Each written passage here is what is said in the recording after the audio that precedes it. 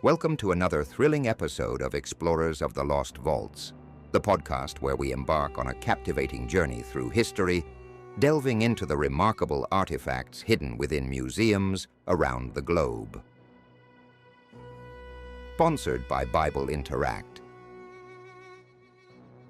With your host, Dr. George Sparks, who will guide you through tales of discovery, mystery, and wonder.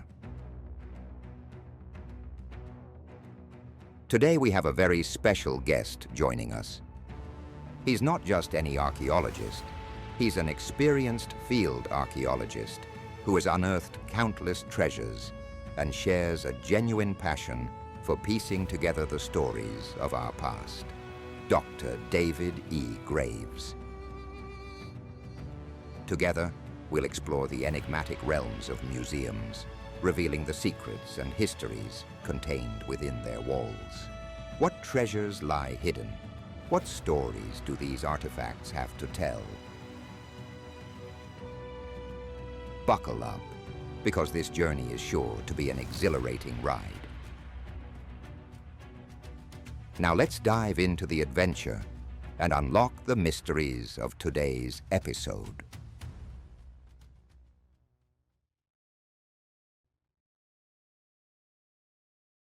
The next one I wanted to share because I think, and I've worked with artifacts for over 20 years. This is probably one of the most impressive early Christian Byzantine lamps, bronze, that I've ever seen. And I told this John Mancini, I said, I've seen this in the showcase. So I knew exactly where to find it. And it's really cool. All right.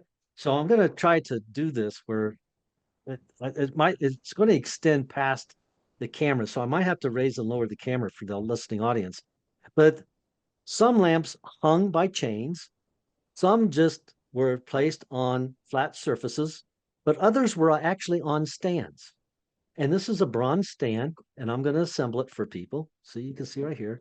Look how ornate this is. This is really cool. See, I'm running out of room already. Let me see if I can stretch this out a little bit. Okay, folks? Look at this. This is absolutely amazing. What kind of feet? Is it animal feet on the bottom or just plain? No. They're just plain. Just plain, okay. Yeah. Okay, great. All right, but look how ornate that is. That's really cool. And this would be cool enough, but I want you to see the lamp. Okay. Oh, wow. Now look at that. Now I'm going to show you different views. Because when David is talking about early Christian symbolism, and sometimes it's in code, so there's a little place that you can actually hold it here in the back. See where you can put your finger on there and hold it? Right. But if we turn it over on the bottom, you can see that there's a place for it to sit on the stand. Now I'm going to take this off so everybody can see how it fits. There we go. Oh, wow. Is that cool? That's beautiful. There it is. It is beautiful. Now, this is where the wick would go, right here. Right. And you put your oil in here. See, here's, I just opened it up for everybody. See? Yeah. But notice the symbolism, the cross. Oh. And right here is the tail of the fish. See the symbol of the fish? You call it ichthus? Oh, you get the fish symbol in it. See it? Oh, yeah. And I'm going to use my cheat sheet right here. Jesus Christ, God's Savior, God's Son Savior, the symbol of the fish. Right. It's all on here. Isn't that so cool? Now, something else. It was built, this structure was built in the 3rd century by the Ptolemy family, or the Greek family. Right. That controlled Egypt, all right? Cleopatra's line, family dynasty. Yes. It's called the Lighthouse of Alexandria on the island of Syros. Starts to be built the 3rd century BC. That took a while for its construction. It was one of the 7 ancient wonders of the ancient world. 7 wonders of. It was the 2nd tallest man-made structure at that time. What was the first? What's the largest man-made structure at that time? Ancient world. Pyramids? Pyramids, you got it right. Both of them are in Egypt. Yes. But that was like 2500 BC, right? And this is like 3rd century. Right. But it was finally destroyed after 3 earthquakes. Now I wrote this, I took my notes here because the first earthquake I think happened, it said 956, and there's another earthquake in 1323, and the final one that took it down was in 1375, according to, and it varies according to some notes, okay? But at one time, remember, the lighthouse was the second largest structure in the ancient world. Right. And there's a lot of symbolism behind Jesus Christ, the light for all, right? So Right. here you have the cross, you have the lighthouse, the largest, second largest man-made structure in the ancient world. Yeah. But And George, why does it have that Nazi symbol on it? what are you talking about? There's no Nazis. I mean, this right here, the cross.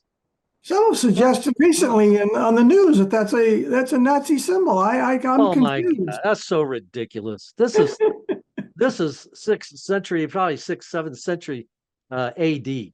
This lamp right here is like 1600 years old. It's got nothing to do with it. That's absolutely insane. And I don't know what they were looking at. Yeah. But well, somebody apparently has a tattoo of that on them, and they use it as a tattoo, and they said it was a Nazi symbol. So again, we're going to be I hope people don't say that kind of silly stuff. We're going to debunk it right here now. That's I appreciate that, because please don't do this to this rare artifact. I brought this out because it's so important. It's so rare. It's one of a kind. You're not going to see it again. Yeah. So you see it for the first time. It was in a museum's vault, right? Here on Biblical Archaeology from the Ground Down, on a program with George Sparks and Dr. David Graves. There you go, folks. Tell your friends. You know what to do. Huh? Explorers of the Lost Vaults. The Explorers of the Lost Vault. You got the cross, and then you got the Lighthouse of Alexandria, and then you got the symbol of the fish, all in one. Beautiful. All in one. It's an absolutely amazing piece. And it's my privilege to share that with the listening audience. I mean, it really is. That's great. And it's very, very, absolutely. And look at what great condition it is. I mean, there's no bronze disease on it or nothing. But it's still got that lovely green patina. Oh yeah, that patina is just a really special.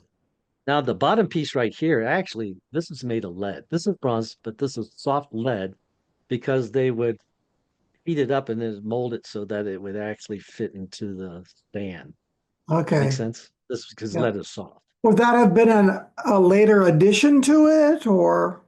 No. It's but after a while it wears out, so they got to replace it, right? Okay. That's all. But anyway, so here you have the stand and the lamp, early Christian lamp. There you go, folks. You shared some great artifacts today from the vault. Pretty special to see they're not on display outside in the museum. They're actually still in the vault. So to bring them out and give them the light of day for a day is pretty special for our audience. That's right. And David, I did use my gloves. You did. And I used my gloves for the, like, I'm not a proctologist. Is for the artifacts. Great. Take it serious. Well, so important to keep them preserved. Right. So that's the end of our program today, folks. Thanks for visiting us.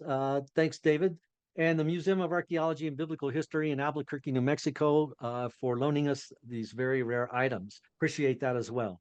And also the sponsor, Bible Interact. Everybody have a great day, and I'll see you in our next podcast. Thank you.